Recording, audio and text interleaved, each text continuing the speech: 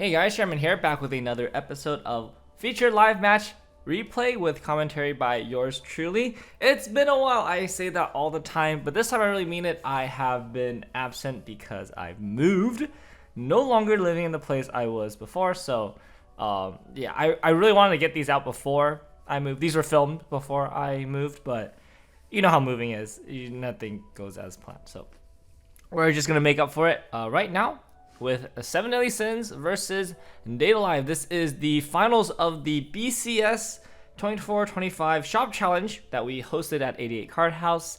On the left, 7 Deadly Sins goes first and opens the Hawk Runner, so very good card here. I think it runs to center, or okay. Well, now no matter where it runs, it is going to die. Because DECKLOGS is threatening JC, 2K Riki, and a 1K that can pump on play and on attack. So the pump is on play here, pumping itself, so it's 2-5. And now no matter where the Hawk runs, as long as the Yoshino gets to attack first, the Yoshino will be able to pump the lane that is across from the Hawk, and now the Hawk is going to get reversed no matter what. So yeah, just guaranteed removing the Hawk from the board, not allowing that runner to plus here. Very good. Alright, so yeah, 7 Deadly Sins, one of the best decks in the current meta, probably the best deck in my opinion. It's just overwhelmingly strong. Against DECKLOGS, this is a book. This is, I believe it's exactly the list I took last year to Atlanta for BCS, where I got top 8. And I think the list is still very strong. The meta hasn't changed tremendously since last year. I mean, obviously, we got some newcomers, like Chainsaw Man that got nerfed, so now no longer a newcomer. Hololive has some additional support, but like SDS was still a deck back then. Like that hasn't changed, right? So like if SDS is the best deck in the format, then like DECKLOGS can't be that far behind, is what I think. So I think 8 book is still pretty good. And I believe this is the exact same 50 I ran, which means that wow, that list must have stood the test of time. Crazy. Anyways, right now we're using the Summon Riki, that guy's the Hendrickson? Yeah, Hendrickson, Summon Riki, into a Brainstormer. It's really important for the 7 Deadly Sins deck to field as many Brainstormers as possible early on, so we're going to probably Rico for either another Brainstormer, or we're going to Rico for like a bomb here. Yep, getting another Brainstormer, that's exactly what I expected, just because, yeah, you want to be able to plus 2 every turn you play the Stock Soul, which is going to happen right now. Player playing Stock Soul, stocking 1, and then being able to salvage 2. Milling the top card of the deck and salvaging equal to the level. So milling the Escanor Bomb, just going to grab back the Escanor Bomb, no problem. And then milling down the 3-2, grabbing another Escanor Bomb. We don't need the Escanor Bombs in the waiting room here because they are... the opponent's board is all level 0s. And so, yeah, going... Oh, wow. Triggering your pants here and grabbing back the Stock Soul is really strong.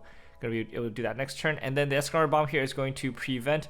There's a lot of shaking going on right now. I don't think it's an earthquake, but yeah, it's going to be able to prevent the JC effect from resolving, and then now we're able to trade the entire board by fronting here. Even though the Climax doesn't give power, I believe both of the both of the characters on attack can give power. And so the whole board is traded off here by removing the JC. Otherwise, if the JC was not attacked first, JC would be able to save something else, which is could be potentially pretty good for the DECKLOGS player. DECKLOGS definitely does want that full board at this point. Okay, going to go ahead and play another Riki. It makes sense that they had another Riki in hand because they played one out on turn 2, just kind of like willy-nilly. Usually that signifies they have more than one because you really want to hold one in your hand to use in this exact moment to grab your level 1 combo or a missing piece of your level 1 board. I think level 1 board is really important in this deck. And going ahead and doing a Brainstorm here. Okay, paying out the second Climax makes sense. If they hit here, it's going to be really strong. Oh my gosh, hit 2. Okay, level 1 combo is already in there. That's freaking amazing. Gets another one. Oh my goodness, this is going to be triple combo. Yeah, triple level 1. That's crazy. And one more in the back row for a good... Yeah, let's go. And then, yeah, wow, this is mill 15 at the end of turn. This is like really good for the DECKLOGS player right now. Ooh, triggering a door first attack is not what you want to see. Ideally, you don't want to see any triggers here. You just want that to be clean and you just mill all the way through. Double cancel here at level 1. Very strong from the 7 Deadly Sins player. Doesn't get the last one to go, and that's double Elizabeth Brainstorm and stuck in clock, which is a little bit annoying here, but not the end of the world because SDS definitely really wants to like play an actual board to contest these 1-0 Tokas. Wouldn't really want to be like playing for Elizabeth Brainstorm at this point. That would be kind of weird. All right, first Toka is grabbing anti-change counter. Second Toka is going to grab the 1-0 Toka back row. It seems very reasonable here. Global 500, and whenever you trigger a a book, you can pay 1 to salvage 1. So just essentially turns your books into +2s. Just really crazy card, and then also works really well with your level 3, giving it an additional 2,000 power during your turn. So just all around fantastic card. One of the reasons why the book deck does work the way it does. All right, 7 Innocence is going to draw here. So right now they're really looking to field Meliodases. So the Tokas are 6/5 because of the Climax combo. It gets 500 on your opponent's turn, and so I believe a full board of Meliodas also is 6/5. And so that would be able to contest the Toka, at least tie, which is I think is pretty important to at least contest and tie. They don't have, I don't think I see any. They do have the Escanor bombs that they can use to also contest the Tokas. This one will guarantee contest, but it has the downside of like losing the board. Yeah, I think we always start with a Brainstorm here because I think there's 2 Climaxes in there. And so we definitely want to pay out those Climaxes. I think there's a second one stuck. I believe it was the first attack. That one's going to be a little harder to pay out for sure here. So they might not opt to pay that one out. Just go for the easy one. Yep. All right. Exactly what I expected. Okay. All right. Yeah. So we're going to not pay out the pants here. We're just going to leave it buried in there. It's like too deep. First attack, definitely really deep. And over here, we're going to do double Escanor bomb, which is going to be able to contest both of the Tokas, and then we're going to also use a Meliodas Clean Cut to keep one of the Escanor bombs on the field. Are we going to combo? Yeah, okay. I was just like, are we going to combo? Okay. We do remember to combo, so this one's going to add a level 0. Make sure to not grab the Escanor bomb here. The Escanor bomb is really important to retain in the waiting room so that your Escanor bombs can't bomb level 1. Yeah, I was going to say like it's an immediate Elaine grab here, for me at least. Elaine Brainstorm here is just gonna be really good, and just grab a Hendrix in here for good measure. That seems fine to me. Seems very solid. Always nice to have like 1 Hendrix in the hand at this point. Wow, no salvaging the Climax here. Another first attack trigger of gate here, which is really unfortunate. Definitely really unfortunate for SDS here. But if the damage sticks, the damage sticks. Extra soul trigger is really good. Opts to not salvage. I imagine that's just because they would like to refresh with a little bit more in the in the deck here. Cancels off the top, very strong. Okay, well we're gonna be able to pay out the Toka, and then we're gonna do another cancel. Wow, definitely very strong. Does that pay out the Climax, by the way? It does. That's so funny. All right, for 4 here. Oh, triggers another Climax and does get to use the Clean Cut effect, and that does stick. So that's really good for SDS. The double cancel there at the start was like really crazy. I think if it was a triple cancel turn, Daylife just runs away with it. It's like super powerful. But at this point, at least gets to retain some board and is thinking about the pay 3 Encore. So the pay 3 Encore, the plus here is you put 2 Climaxes back into the deck, which is really powerful here. And you also retain an Escanor bomb, which could be pretty problematic depending on your opponent's attack order.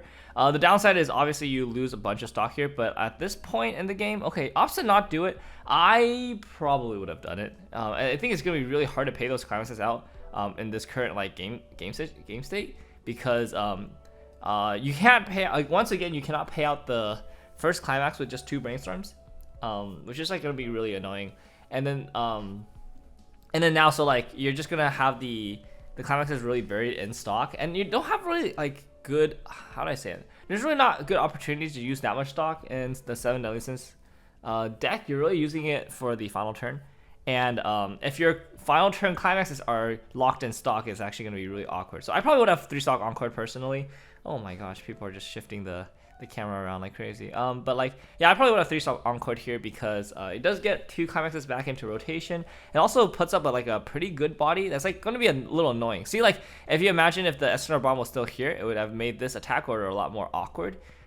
Definitely wouldn't have been able to like retain the entire board here. Because you basically have to attack with the center Escanor last. Like you'd basically, you could still attack around it. Like you attack the Clean Cut first or something like that. And then your Escanor can only really bomb one thing. But like in this situation, your Escanor bombs 0 things, right? Whereas in the other situation, your Escanor would be able to bomb at least one thing, and that it opens up a lane for you to direct attack as the CS player, which is really strong. And yeah, you just refresh with like a lot better compression. Like they're going back 5 right now, and the worst part about going back 5 here is that you can't ever go back more than 6 on subsequent refreshes, because the 2 remaining climaxes are basically locked. Like there's just no way they're coming out, right? Not unless you like early play heal.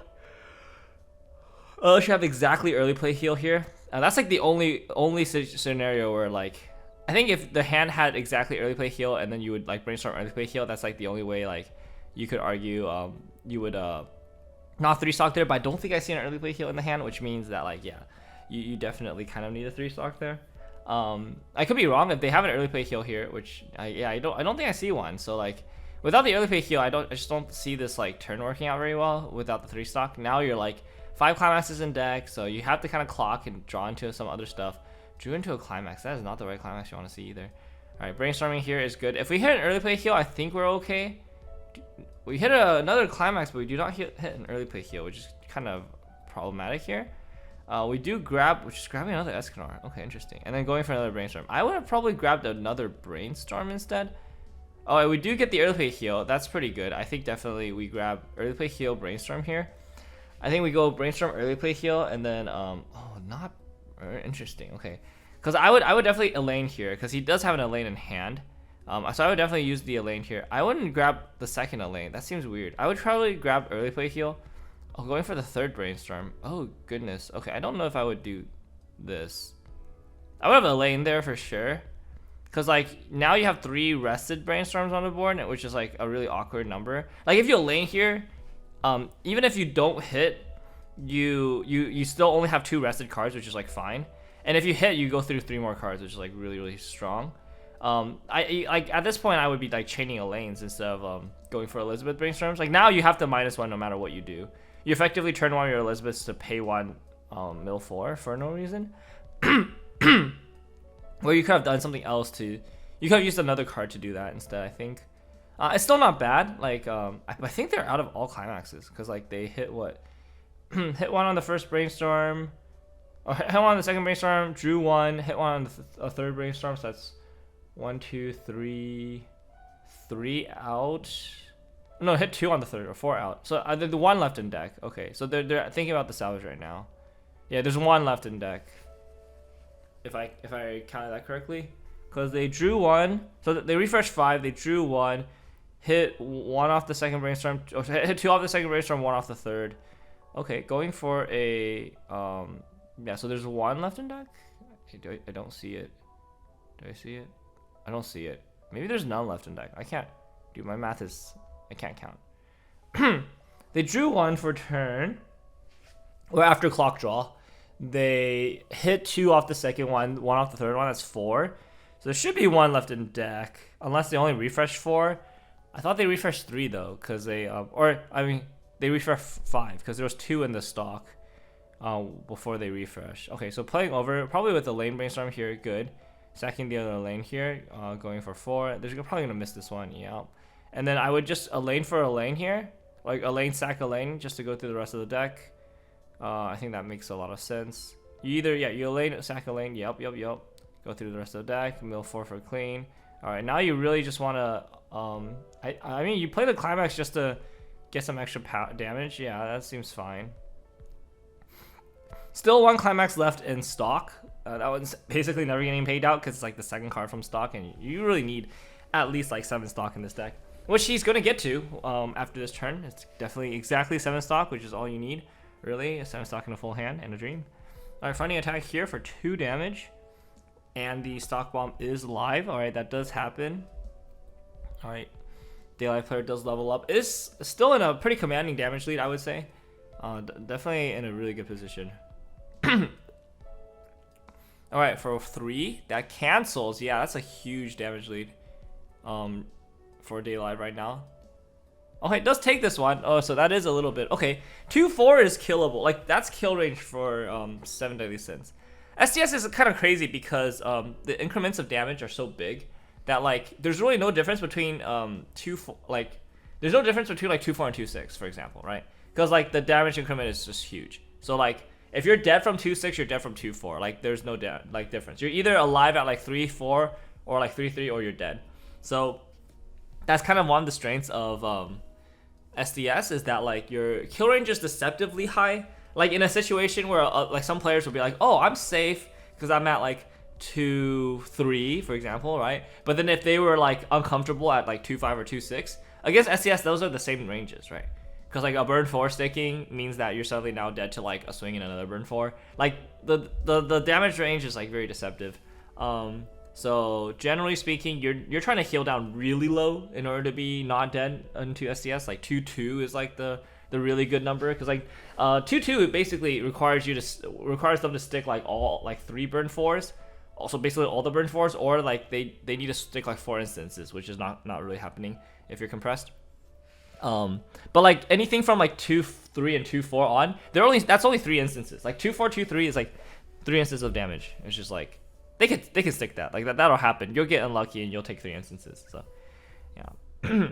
So that's good. It's good for the SDS player, I think, here. Like I think especially with the Daylight player going into a refresh, like even if they try to heal down here, like they're probably not going to be able to like heal down significantly enough that like your final turn is going to kill them. Like I think SDS is going to be very happy about their final turn going into this.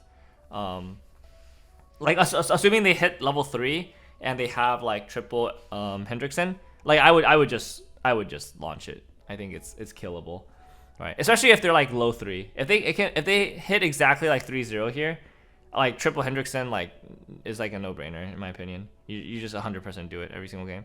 Ooh, that's a little unfortunate there. Yeah, that's really unfortunate actually. Just refresh Climax. Okay, cancel out the second. Oh gosh, wait, that's like actually all 3 Hendrickson Climaxes out of rotation, right? There's one stuck in stock, and there's one refresh penalty, and just canceled off another one. So like only 1 Hendrickson Climax left in deck. That's really awkward. That's actually extremely awkward. We'll see what happens here. I think like as long as the last one is still in deck, I think it's like pretty viable that they get it. I think you go for it here, right? I think SDS player just goes for it. Like if they can draw the last Hendrickson Climax here, like they got it. I think what I would do here with SDS is probably I would like commit double Hendrickson, and then like if I don't get the Climax, I would go like Elaine, Brainstorm, kill the Elizabeth Brainstorm, hopefully get the Climax there. And if I still don't get the Climax there, then I would like opt to try to heal down or something. And then just like hopefully don't die to like triple crash board, heal down kind of stuff. Cause like the Daylight player needs to get reverses, so like as long as you're okay, Hendrickson's like super lethal here. I think I would go for Hendrickson, like for sure. All right, draw. No Climax here. Okay, I would clock though. Like I think here we go for it. It's like that's super good odds, I think. Yeah, I think we just go clock like some shit here. Yeah, let's go. All right, do we draw the Climax? No, we don't. Okay, that's fine. Start Hendricksoning. You can always commit the Hendricksons early because like because like even if you don't draw the right card, you can just you can like course correct later. All right, grab the Climax here for sure. For sure, grab the Climax here. And Climax is so good. Like even if you don't get the right Climax, like you still want the wrong Climax, like half the time. You can like potentially stock swap into like the right, or not stock swap, Climax swap into the right one, but then like definitely not as good, because I think you lose out on 1 Hendrickson if that happens. All right, what is that? Is that a Hendrickson?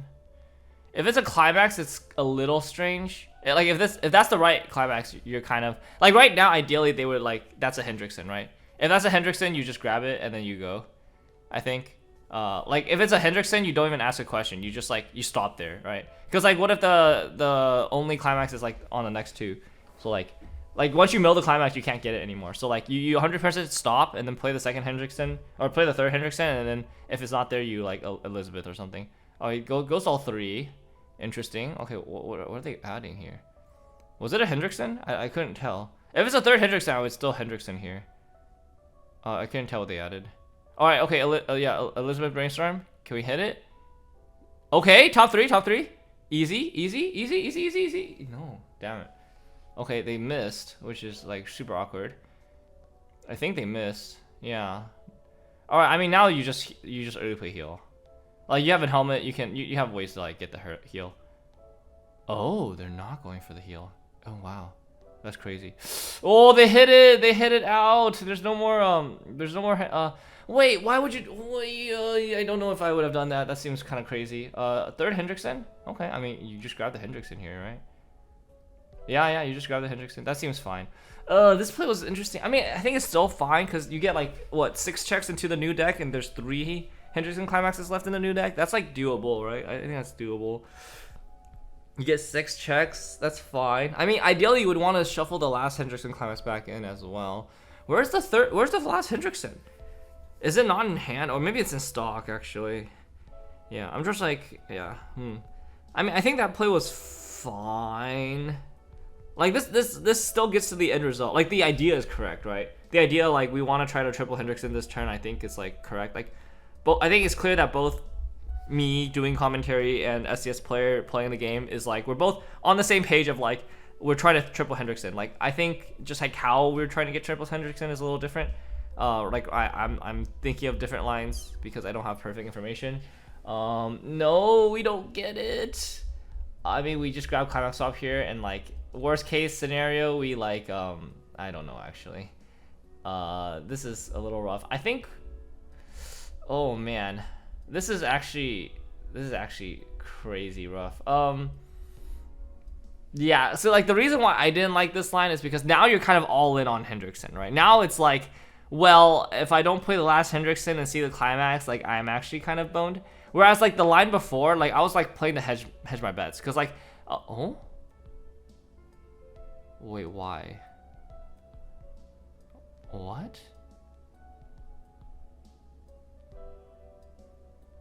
What? What is going on? Huh? Oh, the last Hendrickson would have worked. It would have worked. It would have worked. It would have worked. Oh, they should have just played the last Hendrickson. They should have just played the last Hendrickson. Oh, they still get the Climax though. They still got the Climax. Okay, that's fine. Okay. Yeah. Anyways, what I was gonna say was like I would have hedged my bets because I know that the Daylight deck, like if you just triple crash board, they actually can't kill you. So like there's definitely a line where you like they triple crash here, and oh, stock swap. Oh, I guess they probably don't have enough hand for triple Hendrickson. Interesting. Stock swapping 8. Oh, they're just trying to scam here. I respect it. I respect it. 6, 7, 8. I respect it, dude. Yeah, if the scam works, the scam works. I would have probably triple Hendrickson, but like, nah, scam is strong too. No, I respect it. I respect the scam. I respect the scam. Yeah, good attack. Good body placements here too. I think you're just trying to like give like the best side informations on your attacks here. Do they not have enough for triple Hendrickson? I think they do actually though. Surprised that they just didn't go for triple. Wait, that's not right. That can't be right. That can't be right. You're definitely siding the first attack. Oh, that seems so wrong. That seems so wrong. What? Why would you? I guess if you're trying to side for like full damage. Oh, they sided there? Wait, they sided there? Wait, why would they side there? That seems super wrong. Like now, wait, now you side the 0 for sure now, so that you prevent the -3 counter from like doing stupid stuff. Okay, maybe not. Maybe we're just gonna. Okay, the side there is so strange to me. I think you just front the 0, like, what's it called? The oh, that hits. Well, that's crazy. What do you call it? The 3/3 event is like it's a level 3, so like they can't do it. Oh, side for 1. Oh, that is so crazy. Wait, what? No, this can't be real. That's not a real attack order. Why would you do it this way? Is there no what? This seems so wrong.